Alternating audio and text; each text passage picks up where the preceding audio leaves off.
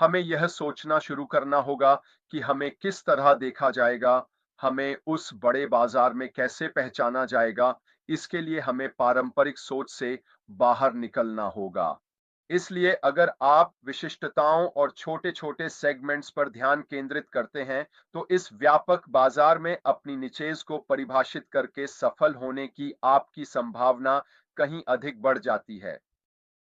अक्सर यह किसी विशेष प्रकार के ग्राहक, उत्पाद या सेवा को चुनने के बारे में होता है, बजाय इसके कि आप सभी को सेवा देने की कोशिश करें।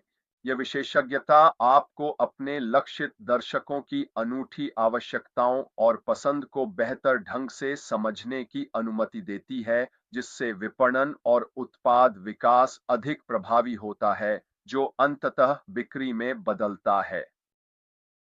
तो अगर आप समझते हैं कि एक समय में एक क्षेत्र में विशिष्ट होना आपकी बिक्री की संभावना बढ़ाएगा और आपके उत्पाद पर लोगों की नजर भी आएगी, तो आपकी सफलता की संभावना और भी बेहतर हो जाएगी। अब अगर आपको याद हो तो मैं बात कर रहा था खास तौर पर मार्केटिंग के बारे में और कीवर्ड्स, मेटा टैग्स, एसईओ और बाकी सब चीजों के बारे में। इन सब का आपके निश मार्केट पर थोड़ा बहुत असर पड़ता है। क्यों? क्योंकि आप जो बेच रहे हैं, उसके बारे में आप बहुत स्पष्ट और विशिष्ट हैं। अब इससे पहले कि लोग कहना शुरू करें, मुझे लगा हम बहुत सारी अलग-अलग चीजें बेच रहे हैं, तो हाँ, हम बेच रहे हैं।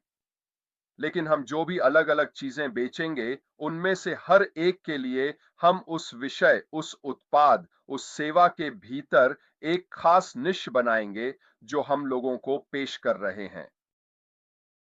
अगर आप इसे ऐसे देखें जैसे जब आप अमेज़न पर होते हैं और कोई उत्पाद खोज रहे होते हैं, तो आप किसी की दुकान खोलते हैं जिससे आप शायद खरीदारी करें और उसमें बहुत सारे उत्पाद और सेवाएं होती हैं, है ना?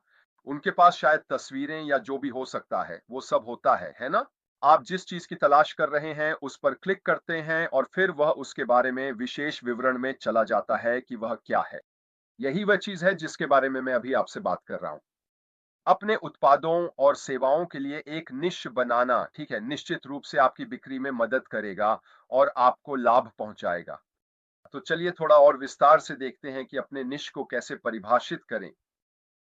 हमें फोकस करना और विशेषज्ञता हासिल करनी होगी, ठीक है? किसी निश पर ध्यान केंद्रित करने से आप किसी विशेष क्षेत्र में विशेषज्ञ बन जाते हैं, जिससे आप प्रतिस्पर्धा से अलग दिख सकते हैं।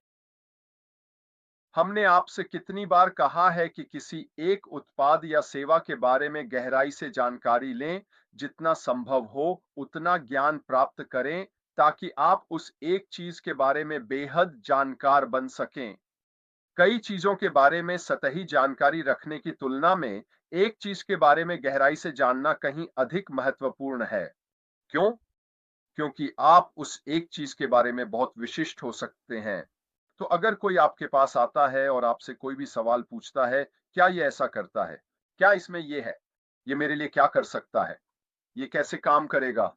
इन सभी अन्य सवालों के जवाब अगर आपके पास तुरंत और ज्ञान पूर्वक उपलब्ध हैं, उदाहरण के लिए अगर आपकी वेबसाइट पर एक चैट एरिया है, जो संभवतः हो सकता है, तो लोग खरीदने से पहले किसी खास उत्पाद के बारे में आपसे सवाल पूछने के लिए चैट में आ सकते हैं, और अगर आप उसके बारे में जानकार हैं, तो आप उस उत्पाद या सेवा के बारे में आत्मविश्वास के साथ जवाब दे पाएंगे।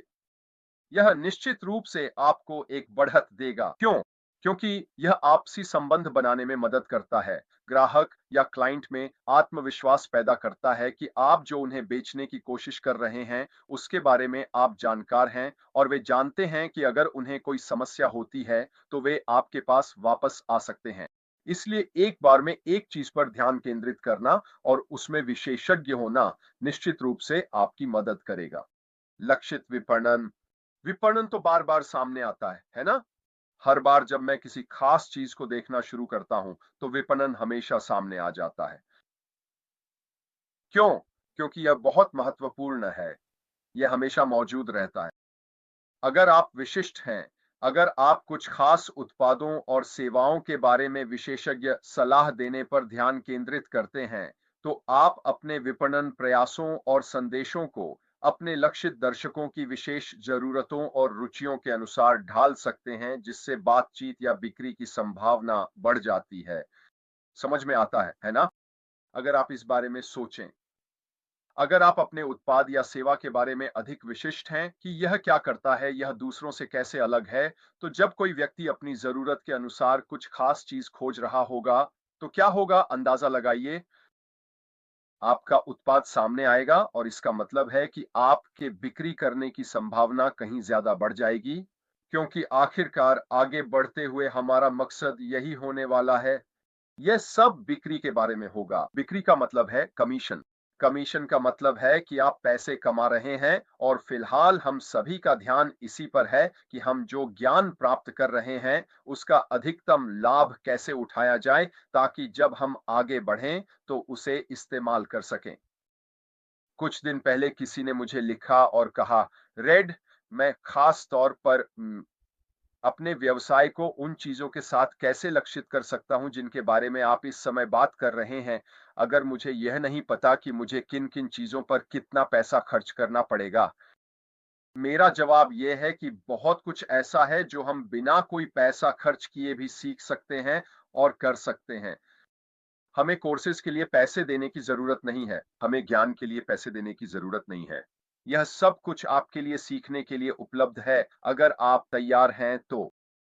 इसलिए आपको यह जानने की जरूरत नहीं है कि आपके खर्चे क्या होने वाले हैं। जो आपको जानना चाहिए वह है ज्ञान प्राप्त करना, ताकि आगे बढ़ते हुए यह आपके लिए फायदेमंद साबित हो। मजबूत संबंध होना भी बहुत मदद करता है। जब आप छोटे और अधिक परिभाषित ग्राहक समूह पर ध्यान केंद्रित करते हैं, तो आप मजबूत और अधिक व्यक्तिगत संबंध बना सकते हैं। मुझे सच में लगता है कि अब ज्यादा से ज्यादा लोग उन लोगों से खरीदना पसंद करते हैं जिनसे वे खुद को जुड़ा हुआ महसूस करते हैं, जिन पर वे भरोसा कर सकते हैं और जिन्हें वे जानते हैं क्योंकि उन्होंने उनसे बातचीत की है। यह विश्वास बनाता है, वफादारी बढ़ाता है, और अंत में जब ग्राहक आपको पसंद करते हैं और आप पर भरोसा करते हैं, तो उनके लिए बार बार आपसे खरीदना कहीं ज्यादा समझदारी भरा होता है। अगर आप अपने ग्राहकों के साथ वह मजबूत रिश्ता बना सकते हैं, तो इसका मतलब है कि आपकी जिंदगी बहुत आसान हो जाएगी। आपके लिए बिक्री करना भी आसान हो जाएगा, क्योंकि ग्राहक आप पर और आपके द्वारा दी जा रही उत्पादों और सेवाओं पर भरोसा करेंगे। अगर आप सोचें तो ये वाकई में समझदारी की बात है ना? उदाहरण के लिए खुद को एक गैराज और कार के साथ देखें। आप में से कितने लोग अपनी गाड़ी की सर्विस करवाने, कार खरीदने या उस पर काम करवाने के लिए किसी खास गैराज तक जाने के लिए रास्ता बदलते हैं? हम सब ऐसा करते हैं। क्यों? क्योंकि हमारा उस गैराज के साथ एक रिश्ता है। हम मैकेनिक पर भरोसा करते हैं, या हम मैकेनिक को जानते हैं, या जो भी वजह हो सकती है। ऐसा रिश्ता होना आपके लिए एक ग्राहक के तौर पर और उस व्यक्ति के लिए जिसका वह व्यवसाय है, दोनों के लिए जिंदगी को बहुत आसान बना देता है। यह एक दो तरफा रास्ता है। तो अगर आप इस बारे में सोचें, तो अपने ग्राहकों के साथ जुड़ाव के जरिए मजबूत रिश्ते बनाएं, और यह निश्चित रूप से आपकी बिक्री में आपकी मदद करेगा। साथ ही जब आपके व्यवसाय में विशिष्ट उत्पाद होते हैं, तो अधिक लाभ मार्जिन की भी संभावना होती है। शायद यह समझ में न आए, लेकिन यह निश्चित रूप से आपके लाभ मार्जिन में मदद करता है। विशिष्ट बाजारों में अक्सर विशेष उत्पादों या सेवाओं के लिए अधिक कीमतें ली जाती हैं, जिससे अधिक लाभ मार्जिन की संभावना बनती है। आम भाषा में इसका क्या मतलब है? इसका मतलब है कि अगर आपके पास ऐसा उत्पाद या सेवा है जो किसी और के पास नहीं है, और जो दूसरों की तुलना में कहीं अधिक काम करता है, तो इसका मतलब है कि आपके पास थोड़ा अधिक शुल्क लेने और अधिक लाभ कमाने का आत्मविश्वास है। क्यों? क्योंकि ग्राहक की इसे चाहने की इच्छा अधिक होती है, क्योंकि वे इसे कहीं और से नहीं पा सकते। यह इसे और दुर्लभ बना देता है। यह इसे किसी और की तुलना में और भी अलग बना देता है, और इसी वजह से आप अधिक कीमत वसूल सकते हैं। क्या हम अपनी अगली अवस्था में ऐसा देखेंगे? मुझे वास्तव में नहीं लगता कि हम ऐसा करेंगे। हालांकि हम शायद अपने उत्पादों और सेवाओं के लिए अधिक शुल्क ले सकते हैं, लेकिन मुझे सच में नहीं लगता कि यह हमारे सीईओ की योजना का हिस्सा है। तो हमारे लिए इसका मतलब है कि हम वास्तव में लोगों को कुछ ऐसा पेश कर रहे हैं जो कहीं बेहतर मूल्य का है, जिसमें और भी अधिक सुविधाएं, उत्पाद और सेवाएं हैं जो किसी और के पास नहीं हैं। और इसका मतलब यह भी है कि एक बार फिर हमारे लिए उन बिक्री को करना और भी आसान हो जाएगा, क्योंकि हम जो पेशकश कर रहे हैं वह एक विशिष्ट बाजार में है। अंत में आखिरी बात है ग्राहक की वफादारी बढ़ाना। मैंने इसके बारे में पहले भी बात की है, जैसा कि मैं अब तक कहता आ रहा हूं। जब आप किसी विशिष्ट दर्शक वर्ग की खास जरूरतों को पूरा करते हैं, तो आपके लिए ग्राहक की वफादारी बनाना ज्यादा आसान हो जाता है, क्योंकि वे आपके फोकस और कुछ उत्पादों के बारे में आपकी विशेषज्ञता की सराहना करते हैं। फिर से यह आपके और आपके ग्राहकों के बीच उस वफादारी को और बढ़ाता है, और खासकर जब आप उन्हें वह मूल्य वापस दे रहे होते हैं जिसकी उन्हें वास्तव में उम्मीद नहीं थी, जब आप उन्हें कुछ ऐसा दे रहे होते हैं जिसकी उन्होंने उस कीमत के लिए कल्पना भी नहीं की थी जो उन्होंने चुकाई है। फिर से इससे आपकी वफादार ग्राहक आधार बनेगी और यह आपकी जिंदगी को बहुत बहुत आसान बना देगा। तो आप अपना नीच कैसे ढूंढें? ठीक है, अपनी ताकत और जुनून की पहचान करें। आपको यह समझना जरूरी है कि आप किस चीज में अच्छे हैं, आपको क्या करना पसंद है। यह आपको कुछ खास क्षेत्रों में अपना फोकस सीमित करने में मदद कर सकता है। हम न केवल बाजार में एक बड़े दर्शक वर्ग को निच उत्पाद या सेवाएं बेचने जा रहे हैं, बल्कि आपको खुद एक व्यक्ति के रूप में भी अपना निच परिभाषित करना होगा। यह आपको बाकी सभी से अलग दिखने में मदद करेगा, साथ ही उस उत्पाद से भी जिसे आप बेचने की कोशिश कर रहे हैं। अपनी खुद की पहचान बनाएं, अपना खुद का लोगो रखें, अपनी खुद की थीम रखें, अपना खुद का तरीका अपनाएं। यह भी उतना ही महत्वपूर्ण है जितना कि उस उत्पाद के निच को परिभाषित करना जिसे आप बेच रहे हैं। अपने बाजार का शोध करें। आपके उद्योग में वर्तमान रुझान और अपूर्ण आवश्यकताएं क्या हैं?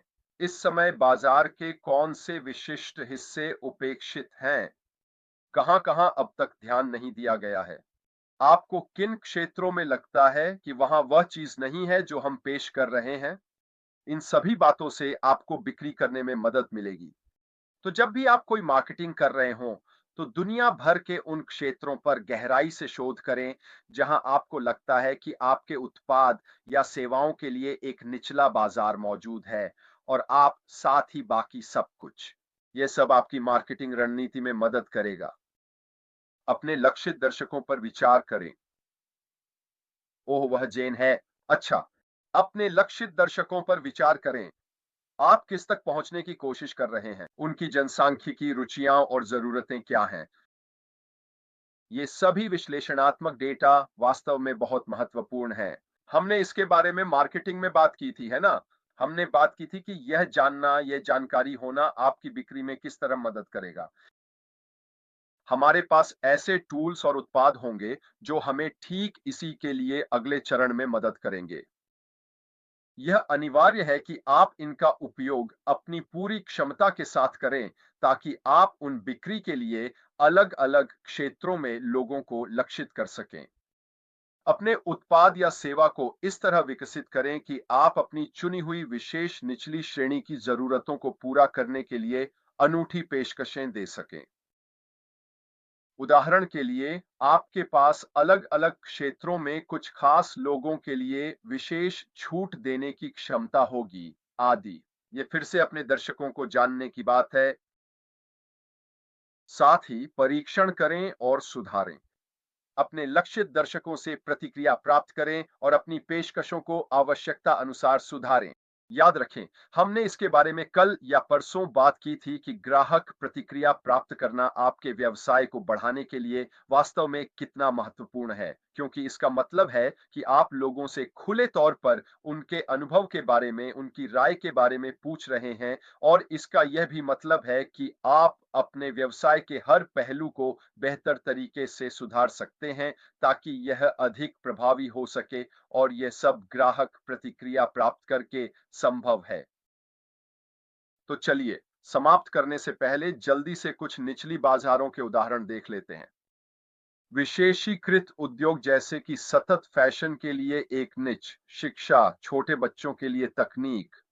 क्या यह कुछ ऐसा लगता है जो हम कर रहे हैं? शिक्षा के लिए निच बाजार, छोटे बच्चों के लिए तकनीक। मुझे लगता है कि यह हो सकता है।